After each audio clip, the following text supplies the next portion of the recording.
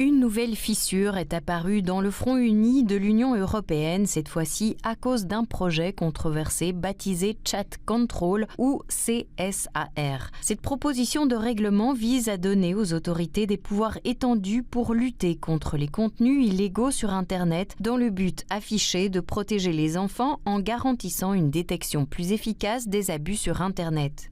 Afin d'atteindre les objectifs du présent règlement, celui-ci devra s'appliquer aux fournisseurs de services susceptibles d'être utilisés à mauvais escient à des fins d'abus sexuels sur enfants en ligne. Étant donné qu'ils sont de plus en plus souvent utilisés à ces fins, les services de communication interpersonnelle accessibles au public, tels que les services de messagerie et les services de messagerie électronique sur Internet, dans la mesure où ils sont accessibles au public, devront être couverts par le présent règlement. Par ailleurs, une coalition de critiques dénonce cette proposition comme un projet de surveillance massive aveugle et une violation profonde du droit à la vie privée. En effet, cette initiative prévoit notamment l'analyse des messages personnels des utilisateurs. Malgré les efforts répétés de plusieurs présidences de l'UE de ces dernières années, les 27 États membres ne sont pas parvenus à trouver un consensus. Les défenseurs de cette proposition soulignent la nécessité de renforcer la législation sur Internet et de lutter contre la cybercriminalité, tandis que ses détracteurs plaident avec ferveur pour le respect des droits fondamentaux.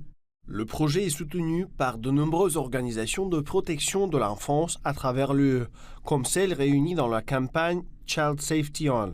L'urgence est claire. Sans ce règlement, Internet restera un terrain fertile pour les prédateurs et les plateformes pourront continuer à se défausser de leur rôle, avertissent les organisations membres dans une note du 3 octobre. Il y est écrit que l'adoption rapide du règlement est indispensable pour protéger les enfants, rétablir la confiance numérique et affirmer que l'Europe ne tolère aucun compromis face aux violences sexuelles. Le contrôle injustifié des chats devrait être tabou dans un état de droit. Les communications privées ne devraient jamais faire l'objet de suspicions générales. En revanche, nous devons poursuivre notre lutte contre la pédopornographie en Europe. Je m'engage dans cette voie. Mais même les crimes les plus graves ne justifient pas de renoncer aux droits civiques fondamentaux. La France a pris vigoureusement position en faveur de cette réglementation restrictive. Pavel Dourov, fondateur du réseau social Telegram, a notamment reconnu publiquement le rôle joué par la France dans la promotion de cette initiative. Rappelons que Dourov avait précédemment accusé les autorités françaises d'exercer des pressions pour restreindre les droits des opposants politiques ou à l'inverse pour soutenir leurs propres intérêts.